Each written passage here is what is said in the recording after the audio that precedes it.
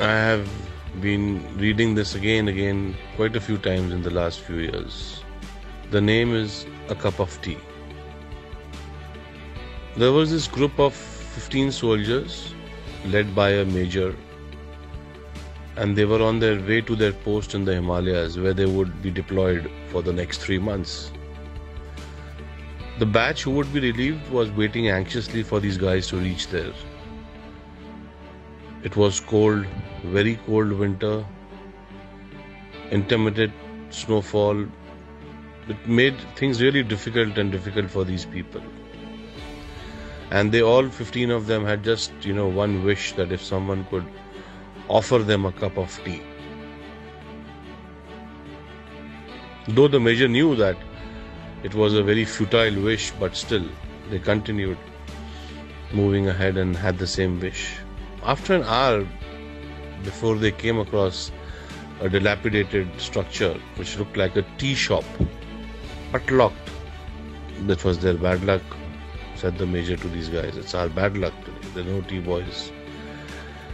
And let's take some rest. We've been walking for 3-4 hours now.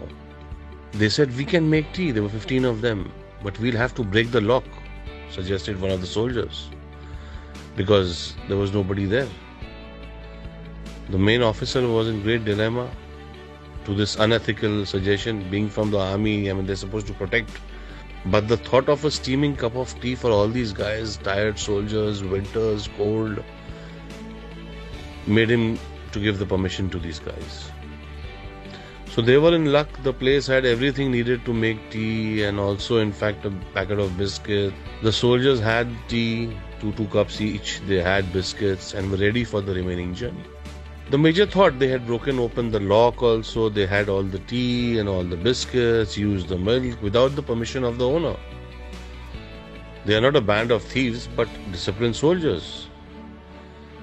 So he took out a few thousand rupees from his wallet, placed it on the counter, pressed under a sugar container so that the owner could see it whenever he would come back. And he was now, relieved of his guilt. He ordered his people to put the shutter down, and he proceeded further. 3-4 months passed by, and they continued to do gallantly in their work and were lucky not to lose anyone from the group in the intense insurgency situation. It was time for another team to replace them. Now they had to go back. On their way back, they stopped at the same place, at the same tea shop. And as it was early in the evening, they saw the shop was open and the owner was present in the shop. The owner was an old man with very few resources, and Ven was very happy to, greet these 15 customers of his. All of them had the tea, had biscuits, and they were talking to the old man about his life, his experience, especially selling tea at such a remote place, and what kind of people come, and etc. etc. And the old man also had many stories to tell them, his faith in God, and "Oh Baba, if God is there, why should he keep you in such poverty then?" commented one of the soldiers. So the guy said, "Don't say like this, Sahab, don't say like this. God is actually there, and I got proof." So these guys were like, "What proof do you have?" So he said, 3 months ago, I was going through a very tough time because my only son had been severely beaten up by the terrorists over here who wanted some information from him, which he did not have. I had closed my shop to take my son to the hospital. Some medicines were to be purchased and I had no money. I had just 20 rupees.